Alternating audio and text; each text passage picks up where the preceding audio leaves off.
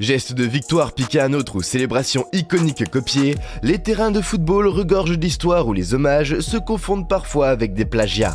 Les stars du foot ne sont pas toujours très originales, alors de Rashford à Messi, découvrons ensemble les célébrations ayant été librement empruntées à d'autres. Hey, I've seen this one, this is a classic.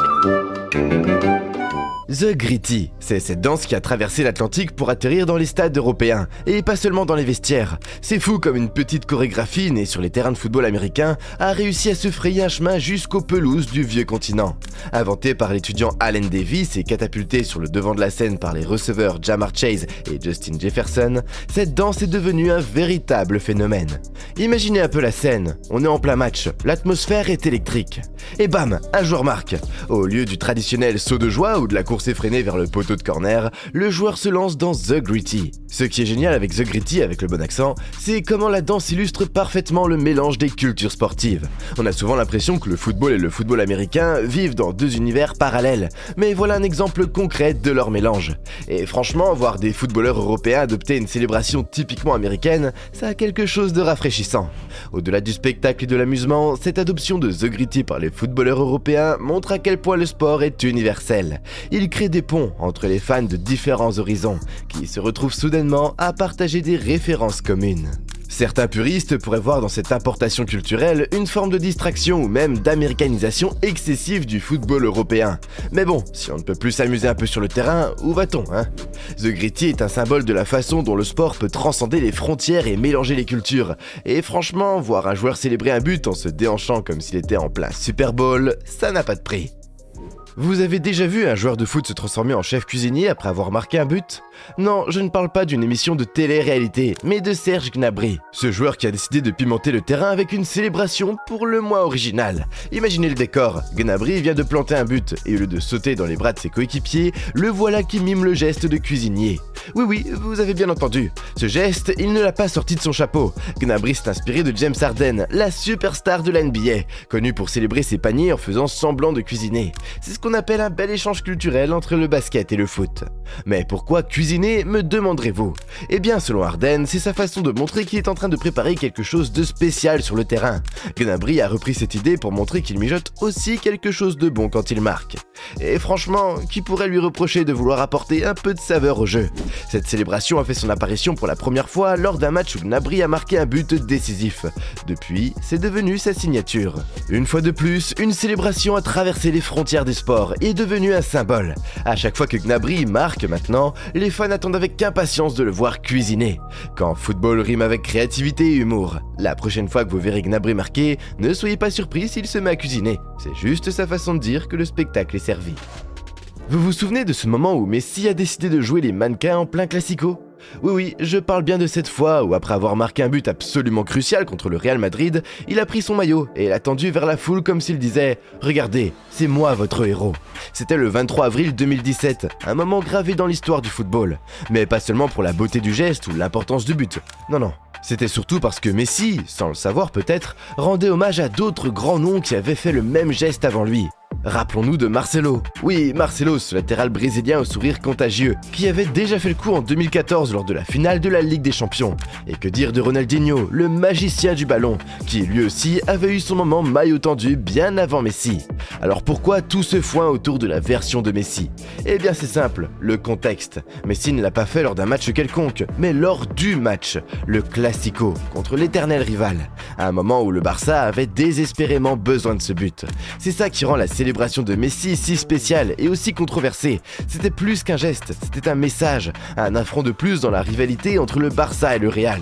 Mais au-delà de la polémique, ce moment a aussi montré à quel point les célébrations sont devenues partie intégrante du spectacle qu'est le football. Alors, la prochaine fois que vous verrez un joueur célébrer un but en tendant son maillot, dites-vous que peut-être, dans quelques années, on en parlera comme d'un jeune prodige ayant décidé de rendre hommage à Messi. L'histoire du football est pleine de ces petits clins d'œil, et c'est aussi pour ça qu'on l'aime tant.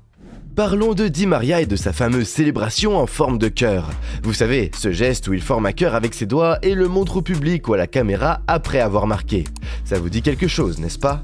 Eh bien, figurez-vous que Gareth Bale, un autre joueur portant le numéro 11, a non seulement rendu ce geste célèbre bien avant Di Maria, mais l'a même breveté pour son usage commercial.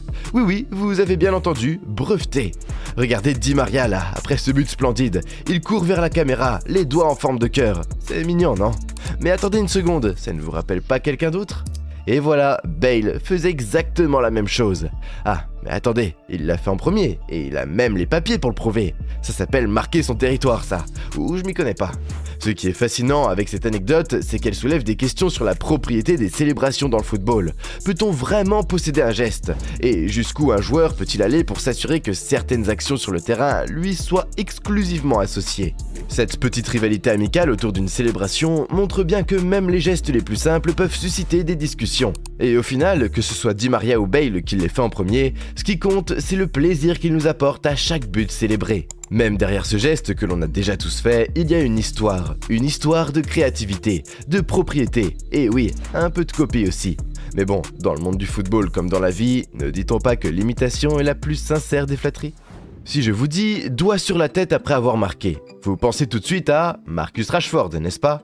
Eh bien, détrompez-vous, car ce geste a des origines bien plus anciennes. D'abord, remontons à la saison 2017-2018. Vous vous souvenez de Ruben Neves et Houssem Aouar? Oui, ces milieux de terrain qui ont brillé sur le terrain bien avant que ce geste ne devienne la signature de Rashford. Ils pointaient déjà un doigt sur leur tête après avoir marqué, comme pour dire « c'est là que tout se joue ». Et ce n'est pas tout. Lors de la Coupe du Monde, un certain Tchouaméni a été aperçu faisant le même geste, et devinez qui était sur le banc à ce moment-là? Rashford lui-même. Mais attendez, l'histoire ne s'arrête pas là. Tammy Abraham et Danny Welbeck ont également été vus célébrant leur but de la même manière. Cela montre bien que le geste a largement dépassé le cadre de Manchester United pour être adopté par des joueurs à travers différents clubs et compétitions.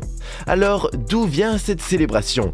Est-ce un hommage à un geste ancien ou simplement une coïncidence? Rashford a expliqué que cette célébration est une référence à sa santé mentale et aux épreuves qu'il a surmontées. Il souligne l'importance de prendre soin de sa santé mentale, notamment dans le sport où cet aspect est souvent caché, invisible et donc négligé. Il est devenu synonyme de moments de joie, de victoire et d'une certaine manière la signature personnelle de Rashford, même s'il n'en est pas l'inventeur. La célébration doigt sur la tête de Rashford est un parfait exemple de comment un geste peut devenir un symbole, partagé et aimé par beaucoup, tout en ayant des racines bien plus profondes et étendues qu'on ne le pensait initialement. Et qui sait, peut-être que d'autres joueurs continueront à l'adopter, ajoutant leur propre chapitre à l'histoire de cette célébration. Enfin, terminons avec un moment qui a marqué les esprits, par son extravagance, son originalité et le message qu'il portait. Je veux bien sûr parler de la fameuse démarche de pingouin d'Achraf Hakimi. Le match bat son plein, la tension est à son comble, et là Hakimi, avec toute la pression du monde sur ses épaules, s'élance et marque un penalty décisif. Jusque-là, rien d'inhabituel dans le monde du football, n'est-ce pas? Mais c'est ce qui suit qui a capté l'attention de tous. Au lieu de la traditionnelle course effrénée et du saut de joie, Hakimi opte pour une démarche de pingouin. Non, je ne plaisante pas, les images sont là pour le prouver. Ce geste aussi hilarant qu'inattendu n'était pas juste un caprice ou une tentative de devenir viral sur les réseaux sociaux. Non, c'était en fait un hommage à son coéquipier Sergio Ramos, exclu de la sélection espagnole. Pour ceux qui se demandent le lien entre Ramos, Hakimi et les pingouins, laissez-moi vous éclairer. Cette célébration était en réalité un clin d'œil à Jalen Waddle, un receveur américain connu pour sa démarche de pingouin après ses touchdowns. Mais pourquoi un pingouin, me direz-vous? Eh bien, c'est là que le football montre qu'il est plus qu'un simple jeu, et est un moyen d'expression, un langage universel qui permet de transmettre des messages, de montrer du soutien à ses coéquipiers, même en leur absence. En reprenant cette célébration, Hakimi a non seulement rendu hommage à Ramos, mais il a aussi montré que l'esprit d'équipe et la solidarité vont bien au-delà des terrains de jeu. Et franchement, voir Hakimi imiter un pingouin, c'était à la fois surréaliste et absolument génial. Ça nous rappelle pourquoi on aime tant le football, pour ces instants de pure spontanéité, d'humour et de camaraderie. Au final, ces célébrations, qu'elles soient directement empruntées, simplement inspirées ou de pure coïncidence, enrichissent le spectacle du football et créent des liens entre les joueurs, entre les fans et même entre différents sports. Quelle célébration plagiée vous semble avoir été le mieux réappropriée par son nouveau propriétaire? Est-ce le geste emblématique de Messi ou peut-être la démarche unique d'Hakimi? Partagez vos avis et peut-être même d'autres célébrations empruntées que nous n'avons pas mentionnées. Nous en parlerons dans une future vidéo.